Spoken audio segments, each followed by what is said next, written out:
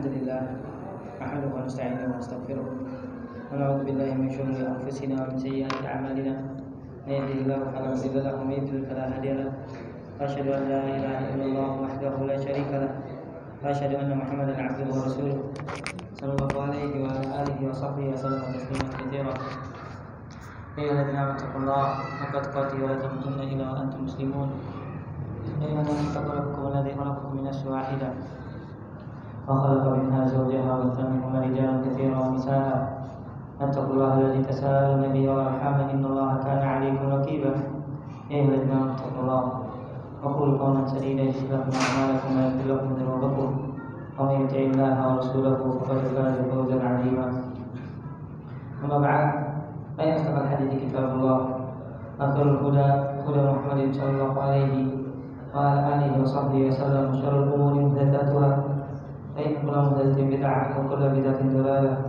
وكل ضلالة في النار. Bapak sekalian yang Allah Subhanahu wa taala, alhamdulillah segala puji bagi Allah Subhanahu wa taala atas segala nikmat dan karunia Allah Subhanahu wa taala berikan kepada kita hingga kita dibutuhkan kembali oleh Allah Subhanahu wa taala dalam rangka menuntut ilmu di masjid.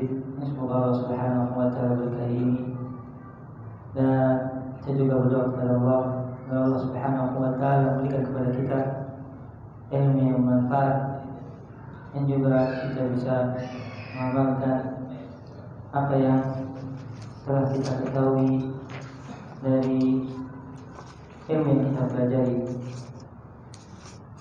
Salam dan salam tercurahkan kepada baginda Nabi Muhammad sallallahu alaihi wa alihi wasallam, Nabi yang Allah Subhanahu wa taala utus untuk memberikan penjelasan serta keteladanan di dalam seluruh aspek kehidupan manusia. Tidak ada satu pun permasalahan di dunia ini yang tidak diperjelas dan juga diberikan petunjuknya oleh Nabi Sallallahu Alaihi Wasallam. Sebagaimana perkataan Abu Dzar radhiyallahu taala anhu, "Ma min tayrin yatiru fil hawa illa wa yadhkuru lana ilma." Kata Abu Dzar radhiyallahu taala anhu, tidaklah ada satu ekor burung pun, beliau memberikan permisalan, yang terbang di atas langit kecuali Nabi SAW telah menjelaskan tentang ilmu. Ini sebuah perumpamaan, bukan merupakan letter dalam yang tersebut, tidak. Maksudnya sampai kalau seandainya ada permasalahan dalam agama ini dan juga tentu berkaitan dengan dunia yang butuh bagi umatnya untuk mendapatkan jawaban dari setiap permasalahan, niscaya Nabi SAW telah menjelaskan. Maka salawat dan salam kita curahkan kepada baginda Nabi Muhammad SAW yang telah membawa syariat yang sempurna, tidak membutuhkan kembali syariat yang lain. Dengan kesempurnaannya Allah Subhanahu wa taala menjelaskan segala sesuatu dari disempurnakan agama ini sampai nanti hari kiamat. Jadi tidak ada satu pun permasalahan di dunia ini yang berkaitan dengan agama kecuali Allah Subhanahu wa taala telah menjelaskannya dalam Al-Qur'an dan juga Rasulullah sallallahu alaihi wasallam telah sabdakan di dalam sunnah. Yang mengetahui dia akan mendapatkan jawaban, yang belum mengetahui sepatutnya dia terus belajar. Dan di antara agar kita bisa lebih memperdalam agama kita yang mulia ini, kita terus belajar jamaah sekalian yang kata Allah Subhanahu wa taala.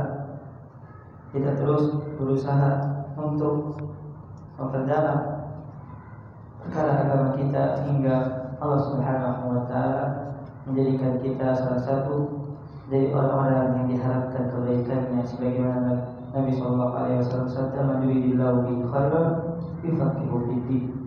Dan siapa yang Allah Subhanahu Wa Taala inginkan kebaikan, maka Allah Subhanahu Wa Taala fahamkan dia dalam perkara agama. Baik, yang sekalian Allah Subhanahu Wa Taala, kita sudah masuk ke syarat yang terakhir dari syarat sahnya jual beli, dan ini lumayan cukup panjang jamaah sekalian. Semoga kita bisa membahas pada kesempatan yang berbahagia ini. Fadhal, siapa yang ingin baca dari kalian atau Bukhari baca balik halaman 80.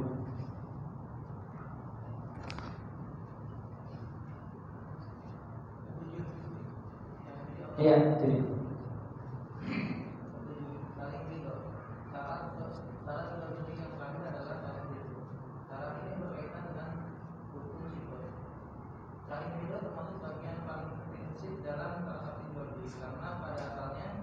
Barang milik orang lain tidak boleh kita manfaatkan kecuali melalui transaksi yang saling ridho.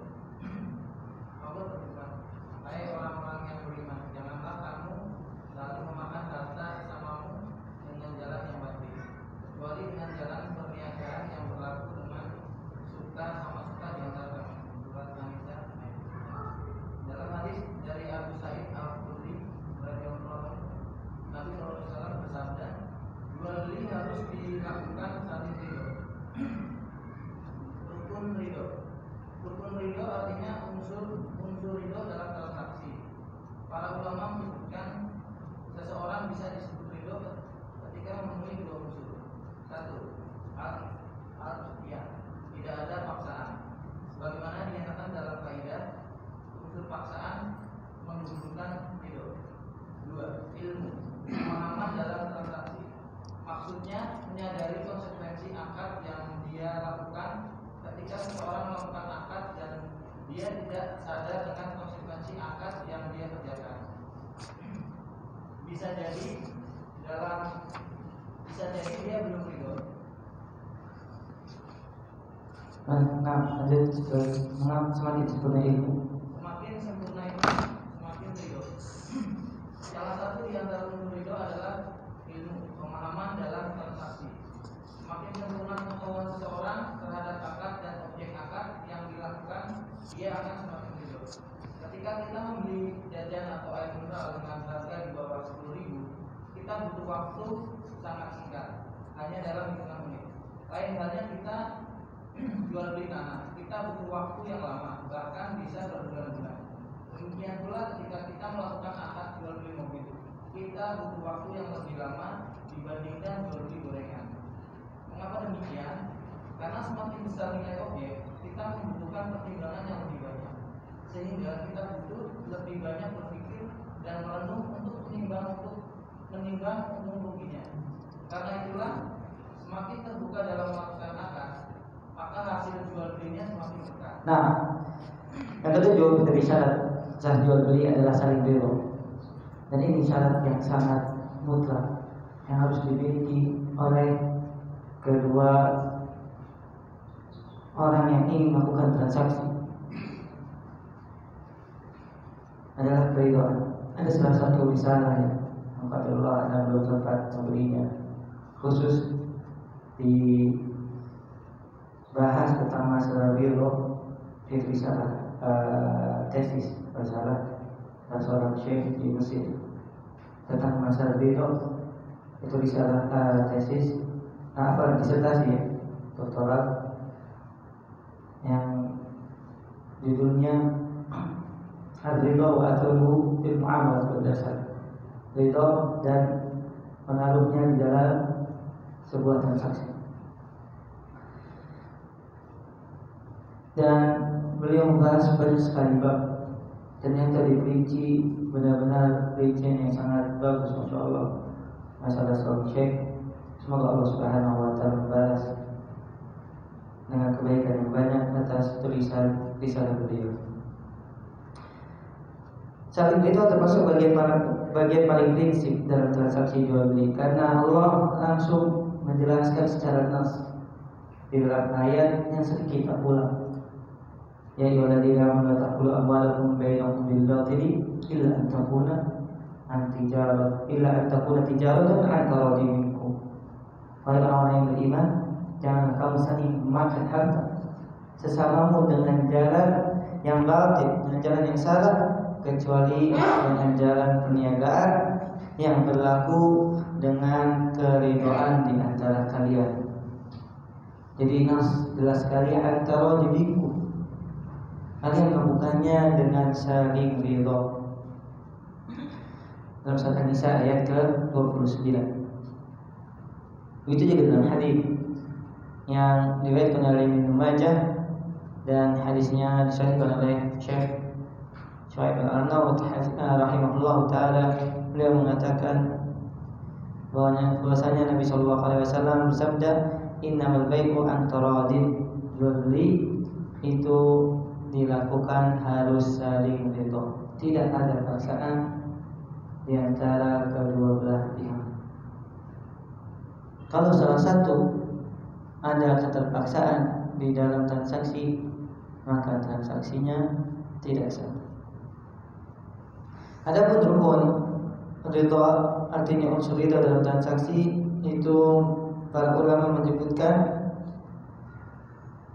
harus ada dua hal atau dua unsur agar diketahui keridhaan dari kedua belah pihak. Yang pertama ada ikhtiar, yaitu tidak ada paksaan. Semuanya saling ridho dalam melakukan transaksi. Si penjual menjual barangnya tanpa ada tekanan, begitu juga sang pembeli. Dia menyerahkan uangnya dan memilih barang tanpa ada paksaan. Sebagaimana ada dalam kaidah di sini, al-ikrahu yusbitur ridho. Paksaan atau unsur pemaksaan akan menggugurkan keridhaan. Yang kedua, ilmunya. Ketika kedua belah pihak antara penjual dan pembeli, dia mengetahui, menyadari konsekuensi akad yang dia lakukan, maka tentu keridhaan di kedua belah pihak semakin besar. Saat seorang melakukan akad dan dia tidak sadar dengan konsekuensi akad yang dia kerjakan, bisa jadi dia belum ridho, karena dia melakukannya tanpa sepengetahuan. Tiba-tiba ada transaksi yang terjadi atau ada transferan, ternyata tidak dia ketahui. Makanya di sini ada Syekh Sulaiman wafaqahullah dalam kitabnya beliau atau dalam tulisannya beliau, Dzakara qaid fil buyu, beliau menyebutkan bahwasanya hendaknya seorang atau dua orang yang melakukan transaksi atau lebih, hendaknya dia mengetahui transaksi yang telah mereka berdua lakukan. Semakin seseorang mengetahui serta memahami akad yang terjadi, maka semakin mereka akan merasakan keridhaan dan kelapangan dalam melakukan transaksi. Di sini beliau menyebutkan ketika transaksi yang dilakukan itu besar, tentu harus lebih dimatangkan akad. Tidak seperti transaksi yang sederhana, membeli air, membeli makanan misalnya. Berbeda kalau yang transaksi yang dilakukan adalah transaksi jual beli yang harganya tinggi, atau transaksi tersebut memiliki omset dan juga hasil dari transaksi tersebut sangat besar. Tentu tidak semua orang mampu memutus memutuskan, atau bahkan ketika memutuskan dia harus memiliki perhitungan, serta dia juga harus memiliki kecakapan. Apakah transaksi yang dilakukan itu menghasilkan keuntungan atau tidak?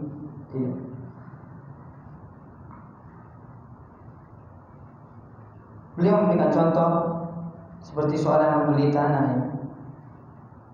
Seorang akan berpikir apakah tanah ini akan bisa dibangun atau dimanfaatkan, atau mungkin diinvestasikan, atau mungkin tanah ini akan kembali memberikan keuntungan bagi dirinya. Tentu dia harus memikirkannya lebih matang dibandingkan dengan dia membeli hal-hal yang sederhana. Nah, jemaah sekalian yang Allah Subhanahu wa taala, poin mengetahui transaksi ini penting. Dan terkadang ya, Anda pernah lihat di salah satu ketentuan perbankan dalam melakukan akad al-murabahah al-amal bisyar, perbankan syariah, Anda sebutkan itu jemaah syaratnya Allah 13 halaman. Habis waktu hanya untuk membahas, hanya untuk menjelaskan tentang akadnya. Padahal akadnya sangat mudah, al-murabahah al-amal bisyar. Tapi mau gak mau jemaah, kalau antum mau mengetahui akad tersebut, antum harus baca. Jangan sampai antum ketika tidak membaca 12 atau 13 halaman singkat itu antum akhirnya setelahnya merasakan menyesal karena antum tidak baca. Antum baca dulu. Dan ternyata beberapa poinnya itu harus ada perbaikan. Nanti disebutkan di antara kesalahan berdasarkan pembahasan kasus tentang al-murabahah al-amal bisyar. Situ ada unsur sedikit yang berkaitan dengan apa yang kita bahas. Terkadang perbankan itu sengaja yang memperbanyak biar yang ingin melakukan akad pusing duluan untuk baca. Akhirnya udah tanda tangan aja. Padahal sejatinya sepatutnya harus mengetahui sang nasabah atau calon yang ingin melakukan transaksi atau melakukan sebuah akad, harus mengetahui hingga dia benar-benar bisa memutuskan secara lebih mendalam. Lanjut dalam hadis dari Hakim bin Hizam. Dalam hadis dari Hakim bin Hizam penjual dan pembeli memiliki hak jual selama belum berpisah. Jika keduanya saling jujur dan terbuka, maka akan diberkahi transaksi keduanya. Jika keduanya saling menyembunyikan dan berdusta, maka akan dicabut keberkahan transaksi keduanya. Hadis riwayat Bukhari. Dan itulah makna jual beli yang makruh. Jual beli yang dilakukan dengan saling terbuka, sehingga penjual dan pembeli merasa nyaman ketika transaksi dan puas sesuai transaksi. Dalam hadis dari Nabi bahwa Nabi SAW pernah bertanya tentang penghasilan yang baik. Nabi SAW memberikan jawaban, penghasilan yang didapatkan seseorang dari jerih payahnya dan keuntungan dari jual beli yang palsu. Jual beli yang mabrur merupakan jual beli dengan tingkat saling ridho yang maksimal, sehingga tidak meninggalkan masalah apapun, baik di pihak penjual maupun pembeli, karena tidak ada bentuk pengkhianatan maupun penipuan sedikitpun. Nah, al-jami'ah al-bisya kata Nabi SAW, ma'lam yatafarraqa aw qala hatta yatafarraqa fa in sadaqa wa bayyana urika lahuma fi bai'ihim wa in katama wa kadzdzaba wa in qaddara bai'ihima. Kata Nabi SAW, penjual dan pembeli memiliki hak khiyar, yaitu hak untuk memilih untuk melanjutkan transaksi atau tidak. selama belum berpisah. Insyaallah pembahasan khiyar nanti akan dibahas pada bab yang akan datang. Selama belum berpisah. Di sini maknanya kata para ulama, selama belum berpisah badan atau belum keluar dari ruangan tempat melakukannya transaksi. Jika keduanya saling jujur dan terbuka, maka akan diberkahi transaksi keduanya. Kata Ustaz Hafizahullah Ta'ala, dengan kejujuran maka hati akan lebih luas, lebih ridho untuk melakukan transaksi, karena semuanya jelas, deskripsi barang jelas, apa yang akan dibayarkan juga jelas, semuanya tidak ada yang disembunyikan. Tentu keridhaan akan lebih besar antara kedua. Maka Allah Subhanahu wa Ta'ala akan berkahi jual beli yang terjadi. Tapi sebaliknya kata Nabi sallallahu alaihi wasallam, wa in katama wa kadzdzaba atau kadzdzaba, ketika mereka saling menutupi aib atau saling menutupi bahwasanya di antara mereka ada yang ingin melakukan kecurangan, mereka berdusta, salah satu dari mereka atau kedua-duanya maka akan Allah Subhanahu wa Ta'ala cabut keberkahan dari transaksi yang telah dilakukan. Begitu juga sabda Nabi Shallallahu Alaihi Wasallam, penghasilan yang terbaik adalah seseorang yang dia dapatkan dari jerih payahnya dan keuntungan dari jual beli yang mabrur. Dan para ulama menjelaskan makna mabrur adalah jual beli dengan tingkat saling ridho yang maksimal, sehingga setelahnya tidak meninggalkan masalah apa. Allah Subhanahu wa Ta'ala akan berkahi jual beli yang mereka lakukan. Dari hadis ini juga bahwasanya kita bisa mengambil pelajaran, transaksi itu yang kita cari adalah keberkahan. Nah, sekali lagi, transaksi adalah salah satu cara seseorang mendapatkan keberkahan jika keduanya melakukan dengan jujur. Dan keberkahan adalah hal yang mutlak yang seharusnya dicari oleh seorang muslim. Karena kalau Allah Subhanahu wa Ta'ala sudah berkahi kehidupannya, Allah Subhanahu wa Ta'ala akan berikan kecukupan, bahkan kelebihan. Dan keberkahan hanya milik Allah Subhanahu wa Ta'ala. Kita lihat mungkin ada seorang yang hanya menjual barang-barang yang biasa, jamaah. Tidak seperti menjual tanah atau apartemen atau rumah atau menjual mobil misalnya. Dia hanya menjajakan makanan. Tapi Allah Subhanahu wa Ta'ala berkahi hingga dia punya rumah atau bahkan anaknya pada menjadi hafiz dan hafizah, menghafal Al-Quran, atau bahkan mereka bisa melaksanakan haji. Karena Allah Subhanahu wa Ta'ala berkahi. Sebaliknya mereka jual beli apa? Insyaallah apartemen, jual beli rumah, dia jadi kontraktor, tapi jauh dari Allah Subhanahu wa Ta'ala. Keluarganya rusak, kehidupannya tidak baik, maka bisa jadi Allah Subhanahu wa Ta'ala menginginkan keberkahan apa yang telah dia lakukan. Jemaah, nikmat Allah Subhanahu wa Ta'ala, kejujuran serta saling ridho di dalam setiap transaksi itu merupakan hal yang mutlak yang harus dicari oleh seorang muslim, hingga keberkahan akan Allah Subhanahu wa Ta'ala datangkan di dalam hartanya dan juga dalam hidup. Semoga Allah Subhanahu wa Ta'ala memberkahi perdagangan dan jual beli yang kita lakukan jamaah sekalian yang Allah Subhanahu wa Ta'ala. Penipuan serta pembohongan, walaupun pada awalnya dia akan merasakan untung jamaah.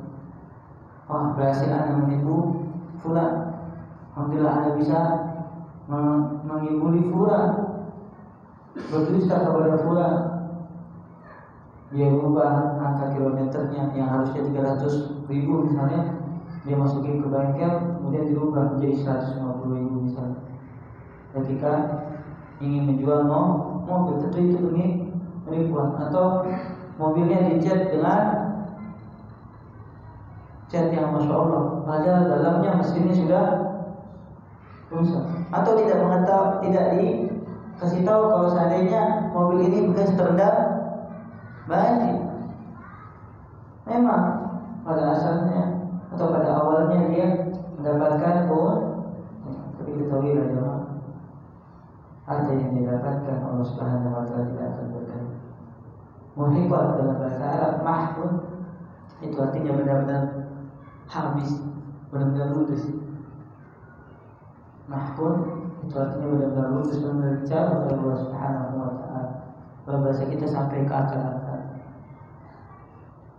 Maka jemaah sekalian yang Allah Subhanahu wa taala, kita bertakwa kepada Allah Azza wa Jalla dalam melakukan transaksi.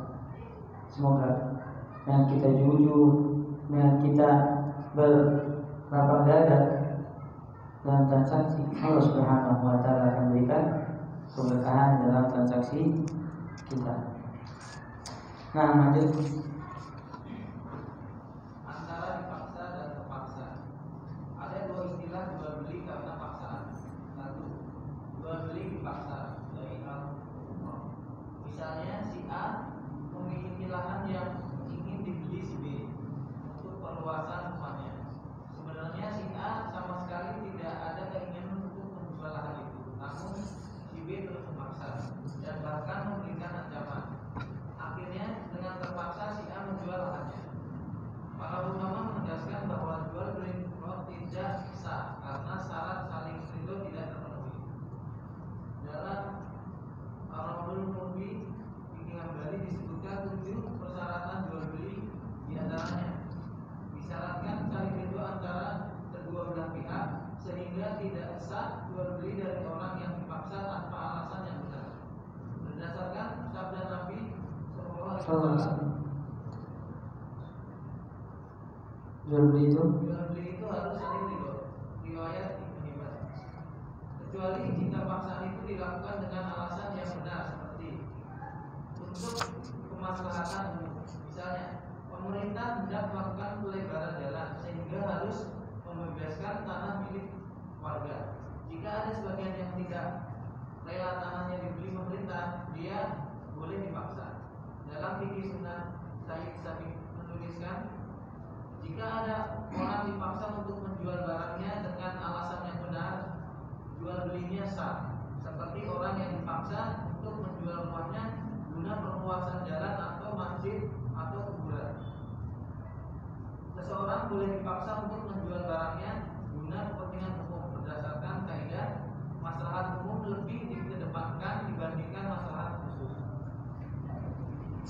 Dalam rangka menjaga hak orang lain, misalnya si A memiliki utang kepada si B dan dia tidak memiliki dana untuk melunasi utangnya. Si A juga tidak memiliki aset apapun yang bernilai selain rumahnya. Dalam kaidah ini hakim berhak memaksa si A untuk menjual rumahnya guna melunasi utangnya. Dalam Al-Rabbul Mubi dinyatakan, jika hakim memaksa seseorang untuk menjual asetnya guna melunasi utangnya, ini jual beli yang sah karena hakim melakukan paksaan dengan alasan yang benar. Nah, cukup. Ustaz Amin Rais Hafizahullah Ta'ala memberikan penjelasan lebih terperinci tentang masalah keridhaan. Di antaranya ada istilah bai'ul mukrah, yaitu jual beli yang terjadi karena dipaksa. Kalau seandainya jual beli yang terjadi antara salah satunya karena dipaksa, maka pada asalnya jual belinya tidak sah. Seperti contohnya beliau memberikan penjelasan ketika si A memiliki lahan yang ingin dibeli si B untuk perluasan rumahnya. Si A pada asalnya tidak mau memberikan tanahnya tersebut agar dijual, namun B terus memaksa, ayolah jual tanahmu ini.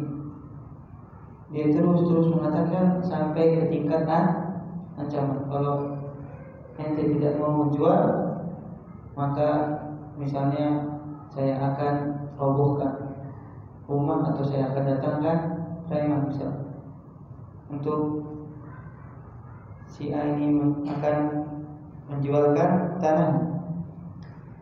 Maka jual beli yang terjadi jamaah sekalian tidak sah. Jual beli yang terjadi tidak sah. Kalau seandainya si B akhirnya mendapatkan, maka tanah tersebut adalah tanah yang haram untuk dimanfaatkan. Tanah yang haram dimanfaatkan dan masuk ke dalam kezaliman. Karena si A tidak mau membeli atau tidak mau menjual tanah yang dia miliki. Sedangkan syarat jual beli adalah saling ridho. Ketika lahannya ingin dibeli dari sang pemiliknya. Masuk juga di sini jamaah yang perlu diperhatikan, yaitu akad atau yang terjadi tentang penyitaan barang yang sedang dikreditkan. Di situ ada pemaksaan pengambilan hak. Padahal sudah jelas tertulis apa? Jual beli, bukan sewa menyewa. Tapi yang terjadi apa jamaah di bagian jual beli motor atau mobil, apa istilahnya Pak? Dealer atau leasing ya? Bukan leasing. Ketika sang pemilik mobil atau motor tidak mampu membayar cicilan, maka diambillah motor dan mobil. Ini merupakan pemaksaan jamaah yang merupakan bentuk bodoh.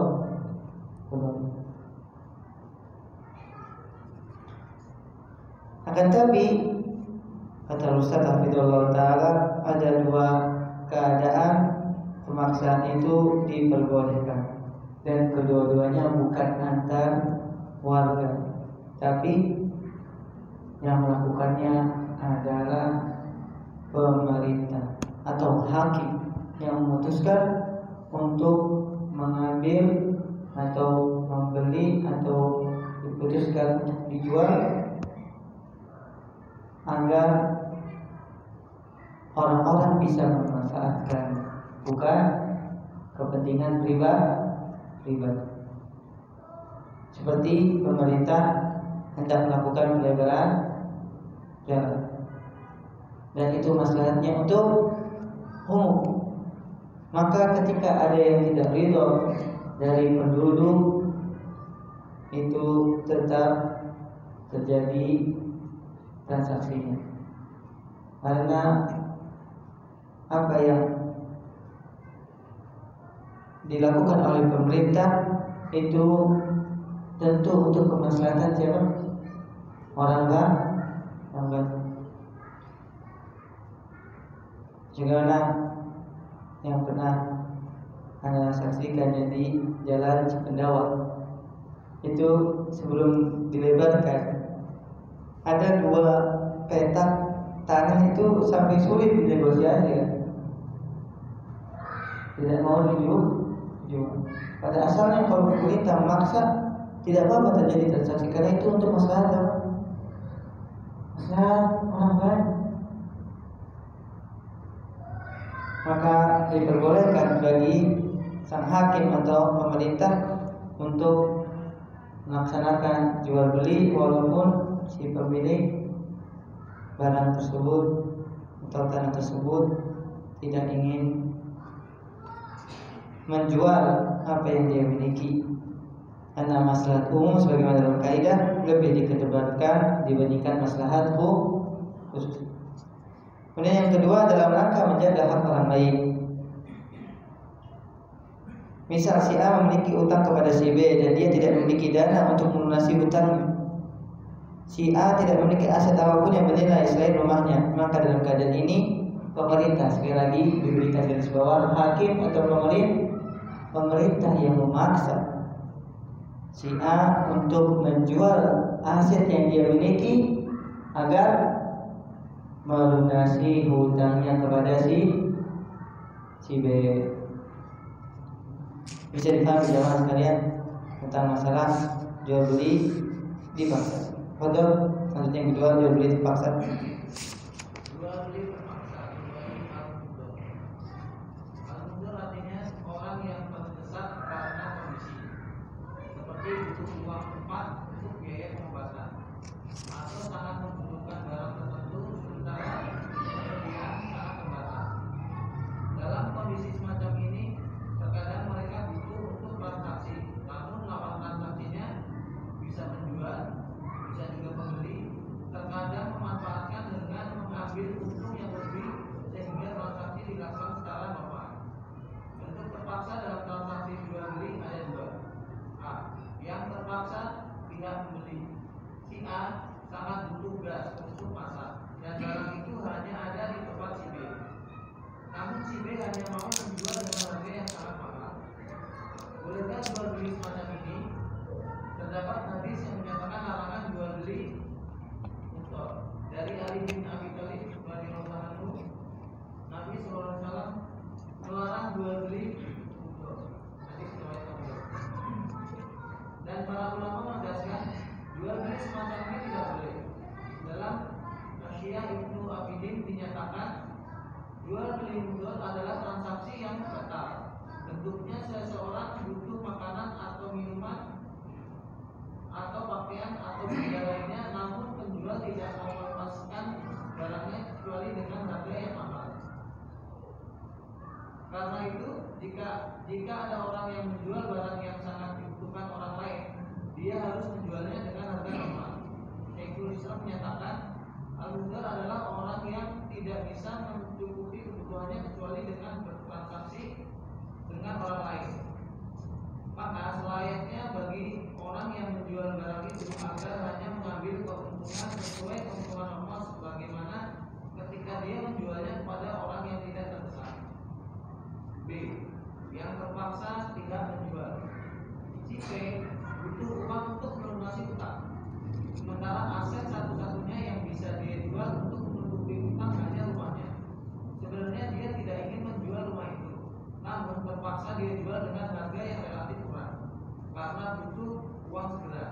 Inilah yang disebut jual beli al-mudhar sejenis kedua.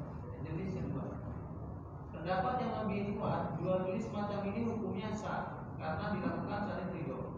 Dan ini merupakan pendapat Syekhul Islam, berbeda dengan pendapat Hambali yang melarang semacam ini. Dan pendapat Syekhul Islam lebih mendekati kebenaran dalam hal ini dengan pertimbangan: satu, tidak ada unsur paksaan dalam transaksi ini sehingga tidak melanggar perintah untuk saling ridho. Dua, jika tidak ada yang mau membeli barang milik orang ini, justru akan membuat sedih penjual yang butuh uang. Nah, yang kedua jual beli terpaksa. Yang pertama jual beli dipaksa, ini yang terpaksa atau dalam bahasa Arab bai'ul mudhar. Keadaannya ada dua jemaah. Nah, ringkas yang pertama yang terpaksa dari pihak pembeli. Ketika sang pembeli membutuhkan sebuah barang dan ada di penjual, sedangkan penjual tidak mau menjualnya kecuali dengan harga yang mahal, maka harga yang mahal tersebut tidak diperbolehkan untuk dilakukan transaksi, karena saat itu orang sangat membutuhkan barang tersebut. Dan Syekhul Islam mengatakan tidak halal bagi si penjual untuk mengambil untung kecuali dari harga yang nol. Karena saat itu orang-orang benar-benar membutuhkan barang yang dia miliki. Kalau rusak, maka jual belinya dengan harga yang normal, tidak boleh dia naik. Kalau tidak, jatuh kepada jual beli yang tidak sah dan haram untuk diambil keuntungan yang berlebih dari barang yang telah dia jual. Sebagaimana disebutkan oleh beberapa ulama, transaksi tersebut batal. Apalagi yang dicari adalah kebutuhan pokok, dan sengaja ada beberapa orang yang menyimpan barang-barang yang dibutuhkan, kemudian dia jual kembali saat orang-orang membutuhkan. Maka transaksinya tersebut pada asalnya tidak sah. Adapun yang kedua, jemaah sekalian, kalau dari pihak penjual, kalau istilahnya biasanya penjual yang BU, butuh uang, dan harganya biasanya lebih murah. Maka pendapat yang kuat, sebagaimana yang dikatakan Syekhul Islam Ibnu Taimiyah rahimahullah taala, walaupun menyelisih mazhab Hambali, bahwasanya transaksi yang dilakukan itu tetap sah. Transaksi tersebut tetap sah. Karena kata Syekhul Islam bahwasanya di situ tidak ada unsur paksaan dalam transaksi, sehingga tidak ada yang menyelisih perintah tentang saling ridho antara kedua belah pihak. Yang kedua, kata Syekhul Islam, kalau seandainya tidak ada yang mau membeli, maka akan membuat sedih sampai penjual. Maka Allah Ta'ala alam, transaksi tersebut diperbolehkan. Termasuk seperti ini. Kepada Pak Anda terlebih dahulu.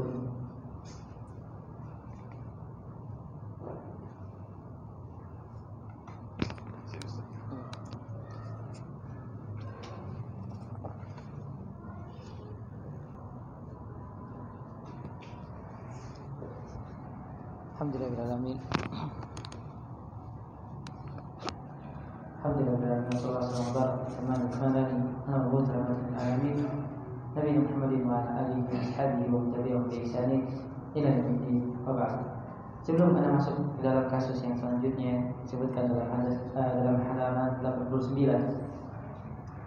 ada sesuatu yang perlu dijadikan sebagai catatan. Jual beli yang tadi disebutkan, yaitu bagi si penjual terpaksa menjual barang, maka yang lebih kuat pendapatnya tetap. Namun jemaah sekalian, tentu seorang pembeli ketika melihat si penjual itu menjualnya karena butuh, seharusnya si pembeli memiliki empati, sebagaimana Jabir bin Abdullah radhiyallahu taala. Suatu hari datang kepada beliau seseorang yang tidak mengetahui harga seekor unta atau budak naga, satu unta. Ketika si penjual ini mengatakan, unta ini saya jual dengan harga 100 dirham, tidak salah ya. Maka kata Jabir bin Abdullah, dia, wahai saudaraku, itu harga bukan harganya. Kata si penjual ini 200 dirham, tidak. Sampai dikatakan 500 dirham, itu harganya. Maka akan beli. Kemudian Jabir bin Abdullah radhiyallahu taala anhu menyebutkan sebuah hadis yang sahih, ad-dinun nasiha, ad-dinun nasiha, ad-dinun nasiha. Qulna liman ya Rasulullah? Qala lillahi wa li kitabihi wa li rasulihi wa li a'immatil muslimin wa ammati wa min nusi lil muslimin an yu'ti asyai'a mithla ma yashtari bainahum. Atau kama qala Jabir radhiyallahu ta'ala. Jabir mengatakan, telah bersabda Rasulullah SAW, agama ini adalah nasihat, agama ini adalah nasihat, agama ini adalah nasihat. Dan di antara yang disebutkan Nabi SAW, nasihat kepada seorang muslim. Dan di antara nasihat kepada sesama muslim adalah ketika seseorang membeli dari si penjual dengan harga yang selayaknya, membeli dengan harga yang selayaknya. Nah, kasus ke-8 adalah Kasus 8. Aneka iklan yang menandakan jual beli dua harga. Ada beberapa redaksi iklan yang sering digunakan oleh toko untuk melariskan dagangannya. Berikut di antaranya. 1. Harga tunai lebih murah daripada harga kredit. 2. Beli banyak lebih murah. 3. Dapatkan cashback jika lunas lebih cepat. 4. Beli sekarang diskon 30%. 5. Buy 5 free 1. Dari 5 jenis iklan ini, mana yang termasuk jual beli dua harga? Jawab. Kata kunci ini adalah membedakan antara penawaran dengan akad. Variasi harga selama di fase penawaran umumnya berbeda dengan adanya variasi harga setelah dilakukan akad. Variasi harga setelah dilakukan akad kemudian disepakati ada variasi harga berdasarkan tentang waktu pelunasan cicilan. Maka ini termasuk jual beli dua harga, karena harganya menjadi tidak pasti. Bagaimana kapan cicilan itu lunas juga tidak pasti. Berbeda dengan adanya variasi harga ketika penawaran, hukumnya diperbolehkan karena selama dalam tahap penawaran belum ada akad, dan selama belum ada akad adanya variasi harga tidak diperhitungkan. Dari kelima bentuk redaksi iklan di atas, kita bisa membedakan mana yang penawaran dan mana yang sudah akad. Nomor 1, 2, 4, dan 5 adalah penawaran dan belum akad. Sementara nomor 3 adanya cashback itu dipastikan setelah akad dengan syarat bisa lunas cepat. Demikian. Nah, ada 5 keadaan atau 5 transaksi yang coba diberikan kepada pembaca, bagaimana bisa membedakan antara jual beli satu harga atau dua harga. Nah, ulang lagi, yang pertama, harga tunai lebih murah daripada harga kredit. Yang kedua, beli banyak lebih murah. Yang ketiga, dapatkan cashback jika bisa lunas lebih cepat. Yang keempat, beli sekarang dapat diskon 30%. Dan yang kelima, beli 5 gratis. Dari 5 contoh transaksi ini, mana yang tidak diperbolehkan atau yang sudah kita bahas pada pertemuan sebelumnya, yaitu menjual dengan dua harga. Yang mana ya? Dari kelima contoh transaksi tersebut,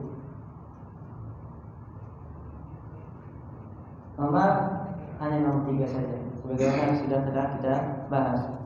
Ketika dia memberikan harga yang lebih murah kalau seandainya pelunasan lebih cepat, dapat cashback jika lunas lebih cepat.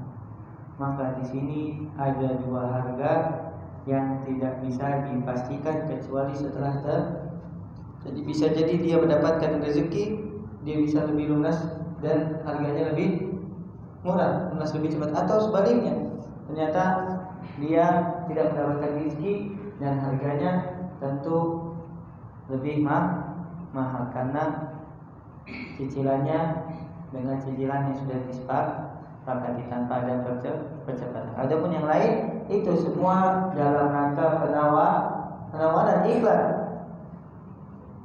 Dan iklan biasanya ditawarkan sebelum terjadi akad. ketika ingin terjadi akad, si pembeli pasti memilih salah satu dari harga atau dari tawaran yang telah kita tawarkan. Allah Ta'ala. Nah, satu lagi kasus 9. Wabah. Kasus 9. Murabahah bank syariah. Bismillah. Kita akan mengangkat satu kasus salah satu produk bank syariah, yaitu murabahah. Menurut Bapak Muhammad Abdul Somad, mantan praktisi di salah satu bank syariah, bahwa dalam praktik bank syariah terdapat model pembiayaan murabahah.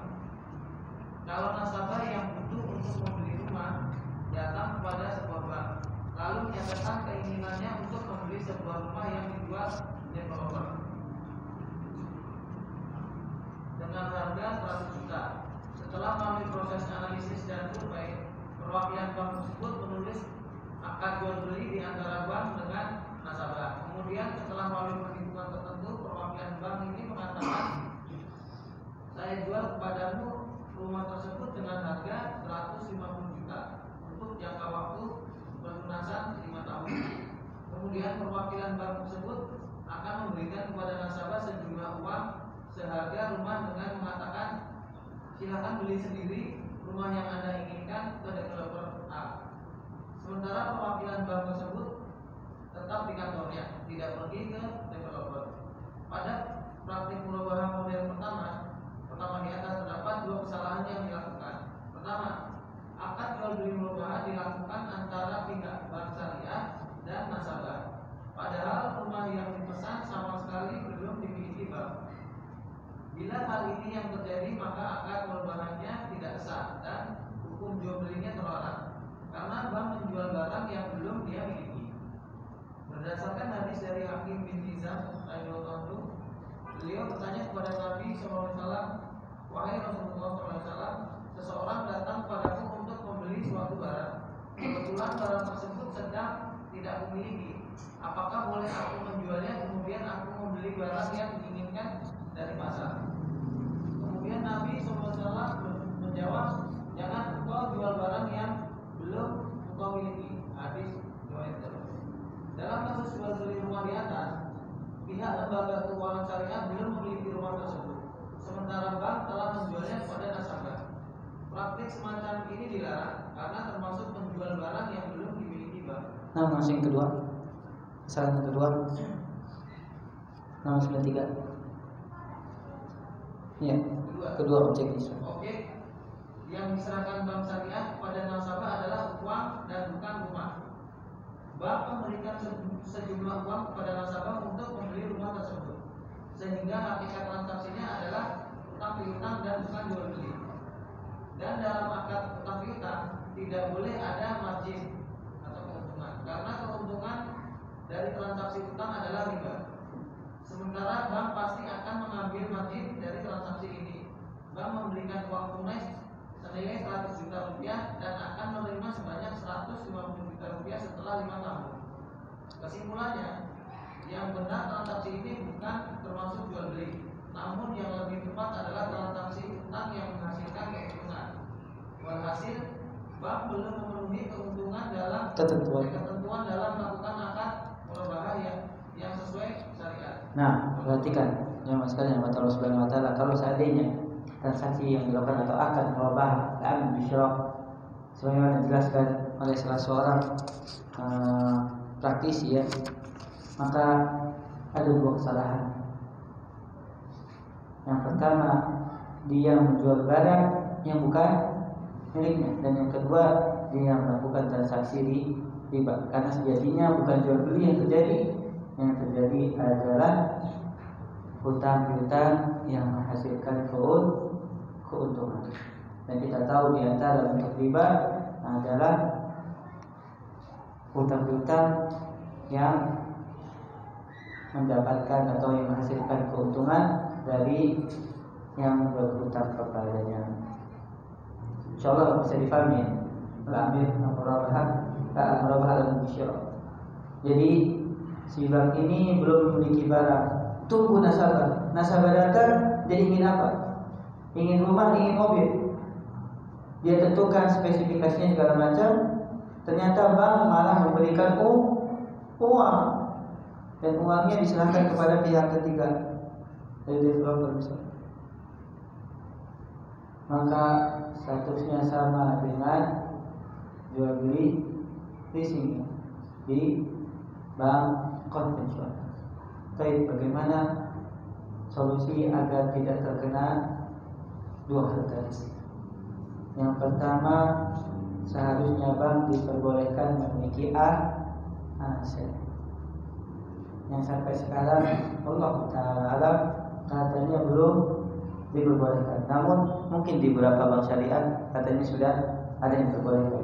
Jadi bank benar-benar membeli barang dari developer. Dan si nasabah itu nyicilnya kemana? Bukan ke developer, jemaah. Nyicilnya langsung ke bank. Paham sih? Nyicilnya langsung ke bank karena akadnya terjadi dari kedua belah pihak saja tanpa mengikuti yang ketiga. Namanya jamaah jual beli harus terima apa? Konsekuensi. Terkadang terkadang bisa dibeli, terkadang tidak diinginkan. Sebentar, satu lagi. Ada mereka yang sudah mempraktekannya, tapi dalam bank syariah tersebut mereka sedikit memaksa. Jadi ketika nasabah datang, barang sudah dibeli, si nasabah harus membeli. Kalau nggak membeli, maka dia mendapatkan hukuman, entah hukuman uang atau diperkarakan. Maka di sini masuk ke dalam kesalahan yang pertama, karena di situ nasabah dipaksa untuk membeli, padahal nasabah seharusnya punya keridoan antara jadi membeli atau tidak, karena di situ akad belum terjadi, itu hanya perjanjian. Kalau seandainya si nasabah dipaksa, maka masuk ke dalam kesalahan yang pertama. Perlu kita jeli ketika melihat transaksi atau akad yang ditawarkan oleh bank syariah. Allah Ta'ala alam. Wassalamualaikum warahmatullahi wabarakatuh. Untuk pertanyaan insyaallah kita tunda pada bulan depan. Subhanallah wa bihamdihi asyhadu an la ilaha illa anta astaghfiruka wa atubu ilaik. Assalamualaikum warahmatullahi wabarakatuh.